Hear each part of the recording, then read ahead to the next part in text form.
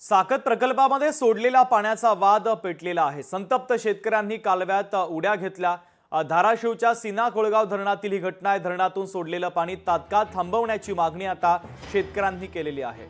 डोंजा, कुंबेजा, सोनारी, डोंजा, आलेश्वर, कौडगाव, खानापूर आणि डोमगाव मधील शेतकऱ्यांनी आता संयुक्तिकरित्या हे आंदोलन हाती घेतलेलं आहे।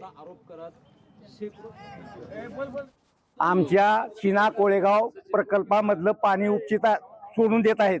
आम्ही पाईपलाईन केल्यात। आम्ही सगळे शेतकरी जी जमलोय, आम्ही आत्महत्या करण्याच्या हिशोबाने जमलोय।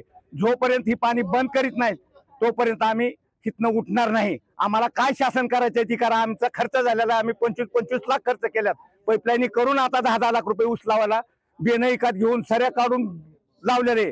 त्यामुळे आमच्यावर दुसरी वेळ कुठलीही नाही। कमीत कमी जून पर्यंत पाणी आम्हाला राहावं एवढा तरी आमचा हिशोब आहे। आजच आम्हाला 10 रोज 50 फूट 20 फूट नळी खाली टाकावं लागायला लागली। त्यामुळे आम्हाला आत्महत्येशिवाय दुसरा पर्याय उरलेला नाही। एकरी 50-60 हजार रुपये खर्च करून ऊसाची लागणी केलेली आहेत आणि पाण्याच्या 1200 रुपये लागणी केलेल्या आहेत। कोणाच्या विहिरीला पाणी आता सध्या नाही आणि उद्या जर समजा हे पाणी तळ्यातलं जर ह्यांनी जर संपून जर टाकलं तर आम्हाला ह्या 4-5 गावच्या लोकांना, शेतकऱ्यांना आत्महत्या करण्याशिवाय दुसरा काहीही पर्याय नाही।